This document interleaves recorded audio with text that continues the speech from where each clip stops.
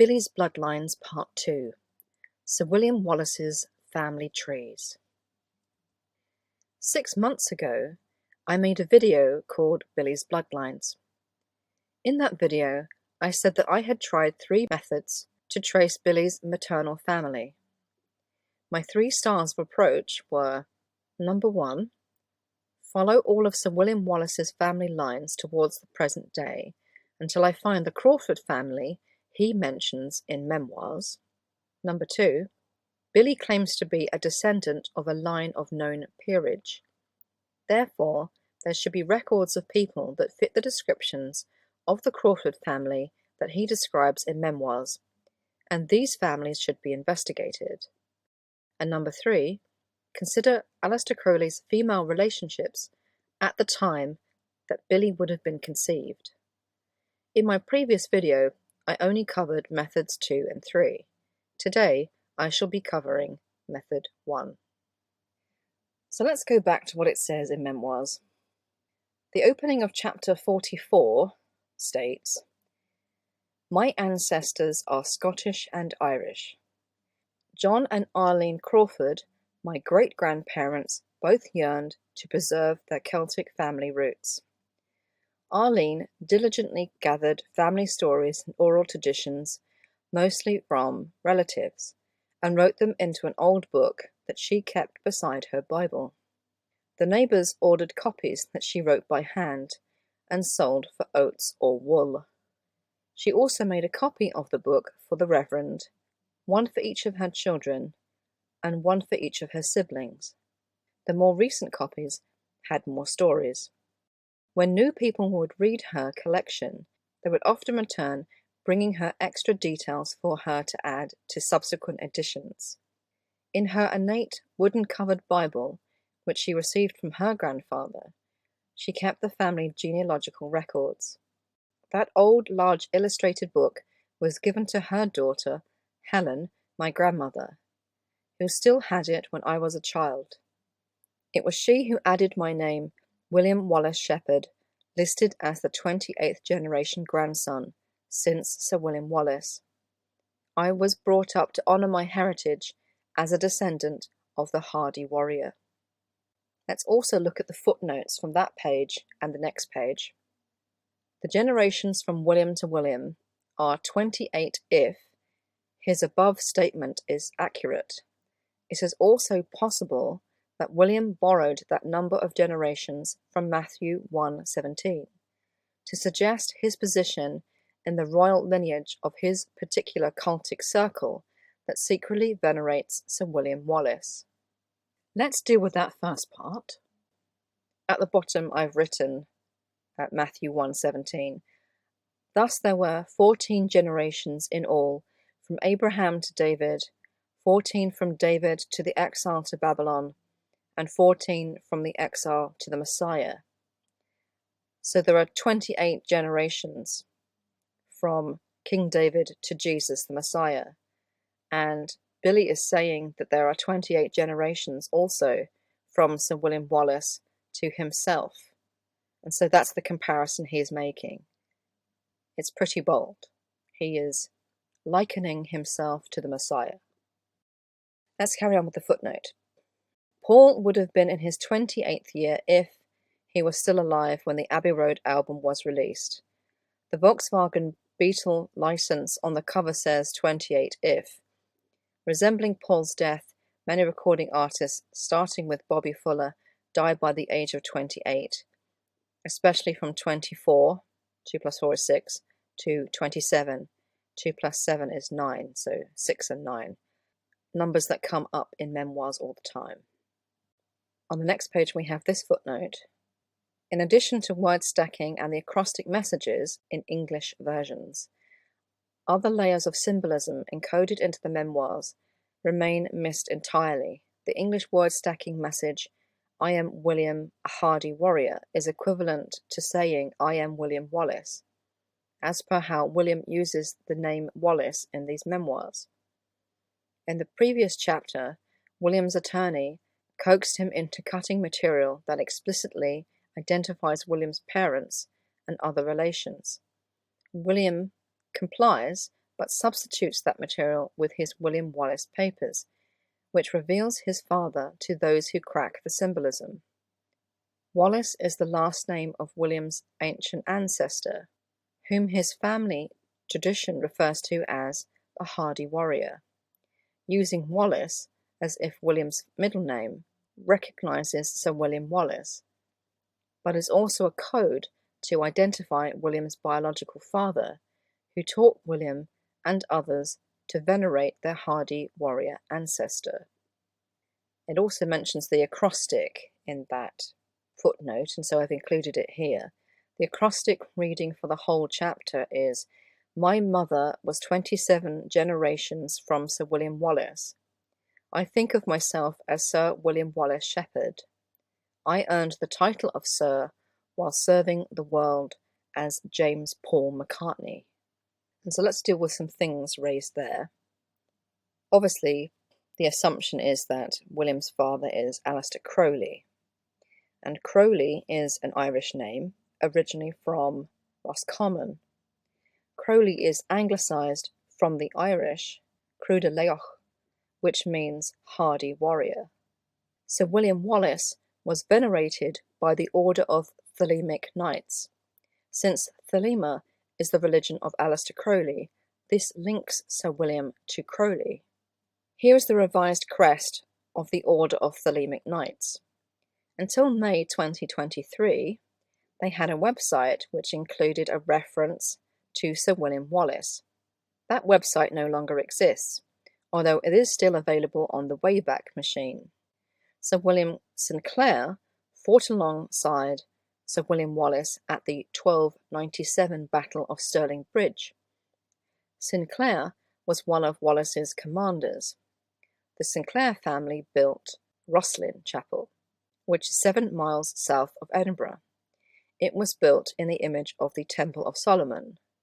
Both the Knights Templar and Freemasonry are also associated with Roslin Chapel.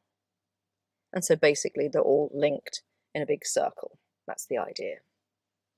And if we have a quick look at this screenshot that I took of their old website, I know you can't see it, but I'm going to zoom into the salient bits on this page, and we can see, with them blown up, on the left we had their old crest, and on the right we have the emblem of the Thelemic Gnostic Church of Alexandria. In the middle we have the Order of the Maltese Cross, and on that web page was a list of people that they venerated, and at the top of the middle column was Sir William Wallace. So let's go back to thinking about what Billy says about his Crawford family in Memoirs. In chapter 44 of Memoirs, Billy claims to be the most direct descendant of Sir William Wallace, being the 28th generation after him. The first line of that chapter, on page 405, states that Billy is of a Scottish and Irish heritage. He reveals that his grandmother was Helen, and his great-grandparents were John and Arlene Crawford. We learn that Helen had siblings, and so did Arlene. They are allegedly part of Billy's pedigree, linking him to Sir William Wallace. We also see that Billy's grandmother, Helen, was still alive when he was born. She was the one that added Billy's name, William Wallace Shepherd, to her family tree, which was written into an old family Bible. So those are the points that I had to start with. I will now show you the highlights of my research into Sir William Wallace's bloodlines to see if I could connect him to the family that Billy talks about in Memoirs. So there were certain criteria I set myself in order to follow Sir William Wallace's descendants. Firstly, the bloodline I follow must be the direct line of descendants of Sir William Wallace. No other family, such as brothers, cousins, or uncles of Sir William Wallace, shall be considered. Secondly, the whole bloodline must extend into the present day, in order for there to be a plausible connection between them and Billy. And thirdly, if a particular branch of the family, ends due to a lack of known heirs. The next in line, as long as they still obey the first criteria, shall be followed.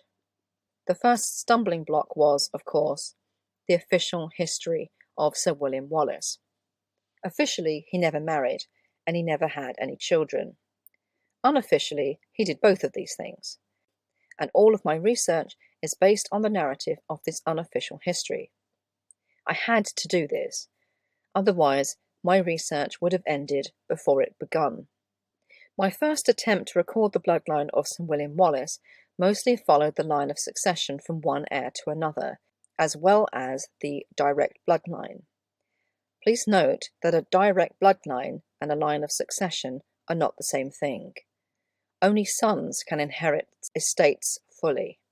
Daughters have to pass on that estate to their husbands, but only if there is no other family to challenge them. If Billy is the most direct bloodline from Sir William Wallace, this search should have been straightforward, but it wasn't. I'm going to show you what I believe is the most direct bloodline from Sir William Wallace. Please bear in mind that even the family of Sir William Wallace seem to hotly debate the history of their family tree. I have merely attempted to reason my way through their forest of genealogical records. And so here we are at the start of the family tree, and I've put the bloodline of Sir William in teal to make it stand out. And you can see Sir William Wallace himself with an extra lined border. And so he has allegedly a daughter called Elizabeth, and we see her now at the top left-hand side of this slide. So Elizabeth had a son called William, who in turn had a daughter called Elizabeth, and please note that Elizabeth is also marrying into the Sinclair family, as we see Catherine Sinclair at the top on the right-hand side. And so Elizabeth Helen Wallace Bailey, we now see at the top of the left-hand side of this slide. She had a daughter called Ellen, who in turn had a son called Sir Thomas Wallace. And he is now at the top of this slide on the left-hand side. He had a daughter called Ellen, who had a daughter called Elizabeth. And now Elizabeth is at the top left-hand side of this slide. Elizabeth had a son called Thomas, who had a son called Walter. And now Walter is at the top of the left-hand side of this slide. And he had a son called William, who had a daughter called Agnes. And Agnes is now at the top of this slide on the left-hand side. She had a son called John, who also had a son called John. And that last John is now at the top of this slide on the left-hand side. He had a daughter called Elizabeth, who had a son called Thomas. And that Thomas, Sir Thomas Hope, is now at the top of this slide on the left-hand side. He had a son called John, who had a daughter called Anna. And then Anna Bruce has a son called Thomas, who also has a son called Thomas. And that second Thomas is now at the top left-hand side of this slide. He has a daughter called Henrietta, who has a son called James. And now that James is at the top of the left-hand side of this slide. He has a daughter called Eleanor, who in turn has a son called Thomas, or better known as Tam. And Tam is the 23rd generation. He only died in 2017, so fairly recently. And he was born in 1932, so he's 5 years older than Billy. So even if Billy is 23 generations out from Sir William Wallace, this Thomas is still older than him, so he would technically beat him to the finish line. But we can carry on a little bit, because this Thomas, now at the top of the left-hand side of this slide, had a son called Gordon, and he also has had a son called Matthew. So this line is continuing, not going to die out anytime soon. The family tree I have just taken you through was the first of dozens and dozens of family trees that I constructed with Sir William Wallace at their foundation. The tree we just looked at quickly lost the Wallace name and also didn't follow the Crawford or Campbell lines either. Whilst researching the descendants of Sir William Wallace, I noticed that some family lines stayed in Scotland, but many moved away to the USA, Canada, Australia, New Zealand, and even India. However, one part of the Crawford line relocated to Ireland. This caught my attention because Billy stated that his heritage was both Scottish and Irish, and that his great-grandfather's surname was Crawford. So I'm now going to take you through the direct bloodline from Sir William Wallace to who I hope is Billy's great-grandfather. And to do that, I needed the help of this excellent book. Some of the Crawfords of Argyll relocated in the Ulster plantations, eventually settling in Donegal, Ireland. I think this family line is the Scottish and Irish heritage that Billy tells us about on page 405 of Memoirs. This book on the left is a family history of the Crawfords of Donegal, written by the family themselves over several generations. It is their attempt to record their family history for future generations. And I wonder if it is partly based on the information that Billy's great-grandmother wrote in her Bible. So here we are back to Sir William Wallace. We see he has a daughter called Elizabeth. Elizabeth is now at the top of the left-hand side of this slide. She has a son called William, who has a daughter called Elizabeth, and that Elizabeth is now at the top of this slide on the left-hand side. She has a daughter called Ellen, who has a son called William. And we see at this point that the family has actually merged with another part of the Wallace clan. Ellen Wallace here marries Sir John Wallace, and he is the first cousin twice removed of Sir William Wallace. And so if we look at the person at the bottom of the screen, Sir William Wallace, 4th of Craigie, 9th of Riccarton, he appears on the top left-hand side of this slide. And he has a son called John, the hero of Stark, who has a son also, another William Wallace. And that William Wallace is now at the top left-hand side of this slide. He has a son called John, who has another son called John, and that second John is now at the top of this slide on the left-hand side. He has a daughter called Isabel, who has a daughter called Helen. And again, it's interesting that we can see emerging into the Campbell family. So maybe these are some of Billy's Campbell cousins.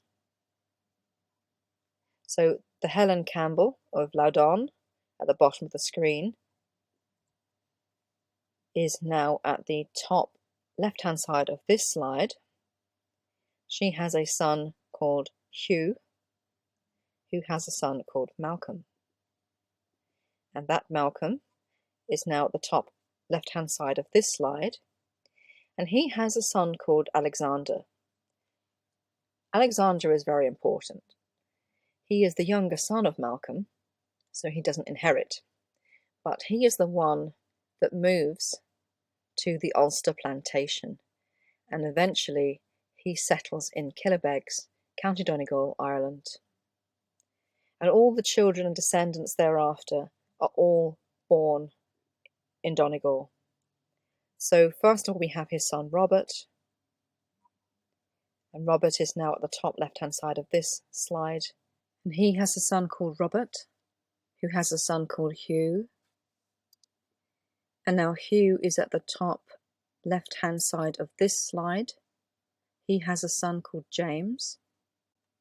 And James has a son called David. And now you'll see David at the top left-hand side of this slide. David has a son called Samuel, and Samuel has a son called David. And now David is at the top left-hand side of this slide, and he has a son called John. And this is John Lindsay Crawford of Ballyshannon. And I think this may well be Billy's great-grandfather, and I'll explain why on the next slide. So have I found the right John Crawford? There must be 3 generations between Billy's great-grandfather and himself. If a generation is 20 to 25 years on average, it means Billy's great-grandfather must have been born around 1862 to 1877, since Billy was born in 1937. This John Crawford was born in 1865, so this seems correct.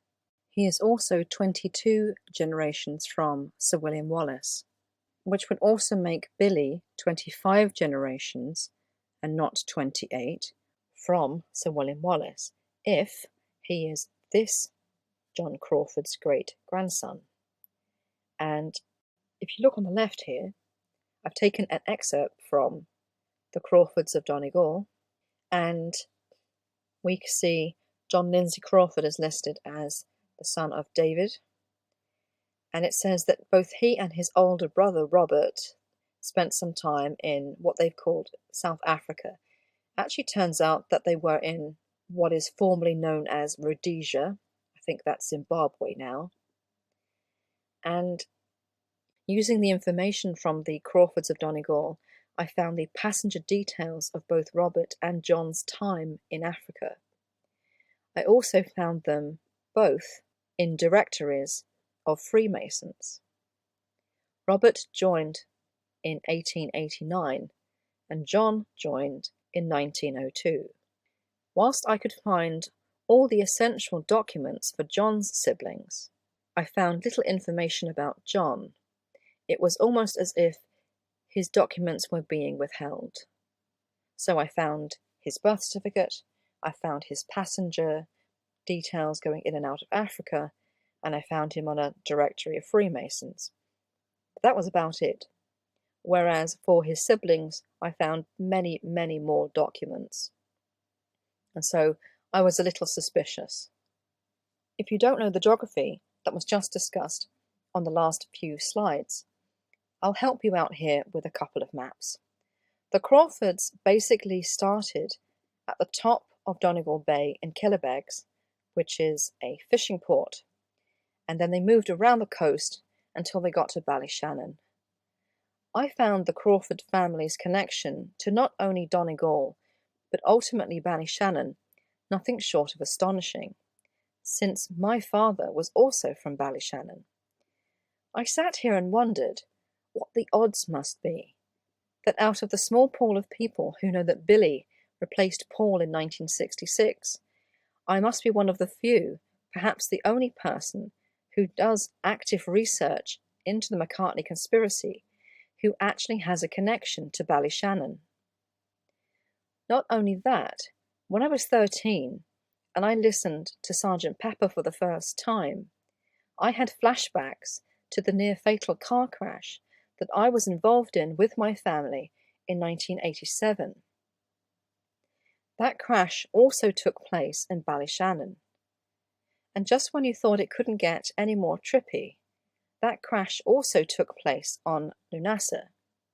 And although Lunasa is more like a harvest festival now, in its mythology, it is actually a date to celebrate the dead. So what that means is that when I was listening to Sergeant Pepper for the first time, I was experiencing a car crash in my head that took place in the town that Billy's family seemed to be from, on a day to celebrate the dead, whilst listening to an album which has a front cover of a funeral for Paul, who was also allegedly involved in a car crash. And all I can say to that is, whoever the divine creator is, they must have a sense of humour. I wanted to go and find the Campbell cousins that Billy talks about. At one point, many PID researchers thought that Billy's surname was actually Campbell. Billy has said in Memoirs that he actually has Campbell cousins, so I thought I'd try to find them too. Whilst working through the book, The Crawfords of Donegal, I spied a connection to the Campbell clan. The connection between the Crawford and Campbell families can be found along the line descending from Sir William Wallace's uncle, Sir Reginald Crawford. This same Campbell line is the one that started the Earls of Argyll, where Billy's Scottish farm is located. And on the left-hand side, you can see an excerpt from The Crawfords of Donegal, and it's talking about Sir Hugh Crawford, who was Sir William Wallace's grandfather. And it says, Hugh also had a son, through whom the male line of the elder branch of the Crawfords of Loudon was carried on until it failed in 1303, in the person of Sir Reginald Crawford, who left an only child, a daughter, Susanna, married to Sir Duncan Campbell, and from them sprang the Dukes of Argyll. This isn't quite right. They are connected to the Dukes of Argyll, but it's not their descendants, and I'll show you what I mean on the next slide. So here we're back to the beginning. We have Sir William Wallace, and we can see his mother is Margaret Crawford, and she had a brother called Sir Reginald Crawford, and we can see him here outlined with a box. He is Sir William Wallace's uncle. He has a son called Reginald, who is now at the top left-hand side of this slide, and he had a daughter called Susanna, who married Sir Duncan Campbell. This is the Susanna and Duncan Campbell that were mentioned in the excerpt. It's not his line that we are looking at to find the Earls of Argyll. It's not his family directly. It's actually the family of his uncle. I will show you what I mean on the next slide. So here, Sir Duncan Campbell from the previous slide is at the bottom right-hand corner with his wife Susanna Crawford. She is the first cousin once removed of Sir William Wallace. And Sir Duncan Campbell's uncle, Sir Neil Campbell, is where we find the line of succession that runs into the Earls of Argyll. The Earls of Argyll being the family that owned the land that Billy's farm is on. So these are maybe the Campbell cousins that we are looking for. Also note that Sir Duncan Campbell's grandmother is Janet Isabel Sinclair of Rosslyn Castle.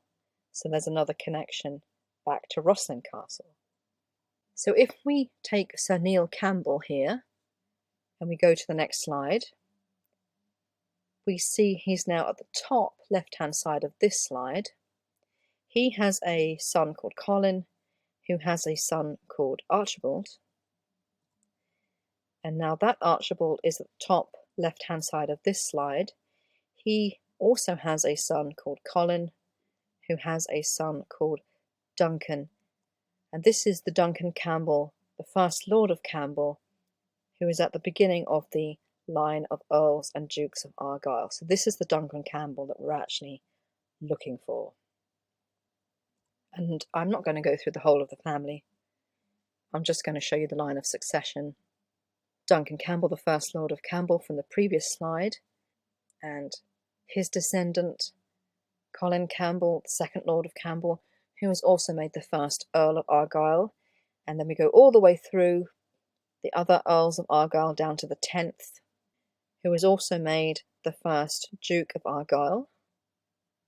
And then on this slide, we see the second Duke of Argyll down to the 13th, who is the current Duke of Argyll, Tarquil Campbell, 13th Duke of Argyll, born in 1968. and I think he also has a son, so he has an heir apparent. So that line is not going to die out anytime soon. So we found, I think, the Campbell cousins. So let's now pause and reflect. Who are the current chiefs for clans Crawford, Wallace and Campbell? Clan Crawford no longer has a chief. Their last chief was Hugh Ronald George Crawford, who sold his land and estates and moved to Canada in 1904. He died in Calgary in 1942, leaving no male heirs. The current chief of Clan Wallace is Andrew Malcolm Murray Wallace of that ilk, who holds the title of Chief of the Name and Arms of Wallace. And as we saw earlier, Tarquil Campbell, 13th Duke of Argyll, is also the chief of the Campbell clan.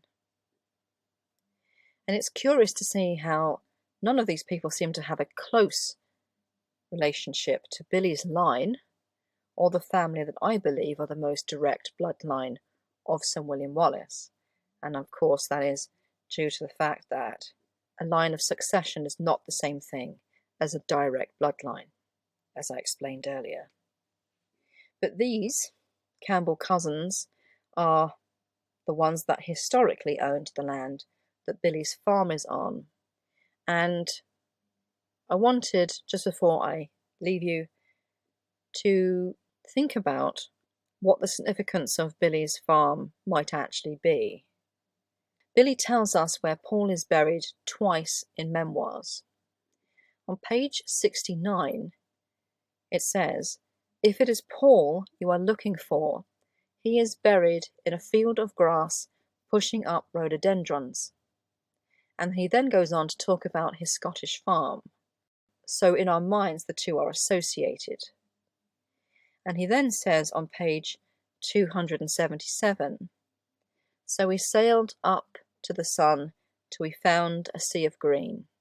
That is to say that the spirit ascends to the sky, to the sun, as his rotting corpse is pushing up daisies, or in his case, rhododendrons. And he then talks about mad honey, made by bees from rhododendrons. Mad honey is hallucinogenic. I wondered, because magic often uses objects produced in a particular fashion, perhaps mad honey is more potent for ritualistic purposes if it is produced from plants grown over Paul's body. So is Paul buried on Billy's Scottish farm? Well, rhododendrons grow wild in Scotland. They are yet another invasive species introduced to Britain by the Victorians without any consideration for the consequences. They are allelopathic, which means they exude toxins to suppress the germination of rival species nearby. Plus, their leaves are poisonous. Not even goats can eat them. Bees are so besotted with them that they ignore other plants. They are, in short, a real problem for the landscape of Scotland. They have evergreen foliage, and they typically flower in spring around April or May. And that means if Paul is buried on Scottish land owned by Billy, spring would be the best time to find Paul's final resting place. Rhododendrons come in many colours, but the wild type found in Scotland are usually bright purple. Those big, beautiful flowers can be seen from a great distance, so you might not actually need to even use a drone, and you certainly don't need to trespass. So that's just something to think about. I don't know whether I have found Billy's family, but this was certainly interesting. Thanks very much for watching, and goodbye.